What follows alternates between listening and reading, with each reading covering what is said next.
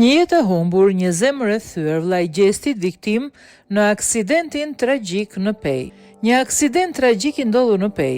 Ka mbetur i vdekur Eldion Kelmendi, vllai i reperit Gjesti. Kështu ka njoftuar fshati Treboviq në rrjetet sociale. Një aksident i rënd ka ndodhur në fshatin ton, përkatësisht afër fshatit ku nga ky aksident ka mbetur i vdekur në vend vllai i Gjestit, Eldion Kelmendi. Po ashtu në gjendje të rëndë është edhe një banor i fshatit ton i cili ishte i përfshirë në këtë aksident dhe tani ndodhet në spitalin e Pejës. Ngushëllim e familjes Kelmendi nga Pavlani për këtë tragjedi të madhe, thuhet në njoftimin e fshatit.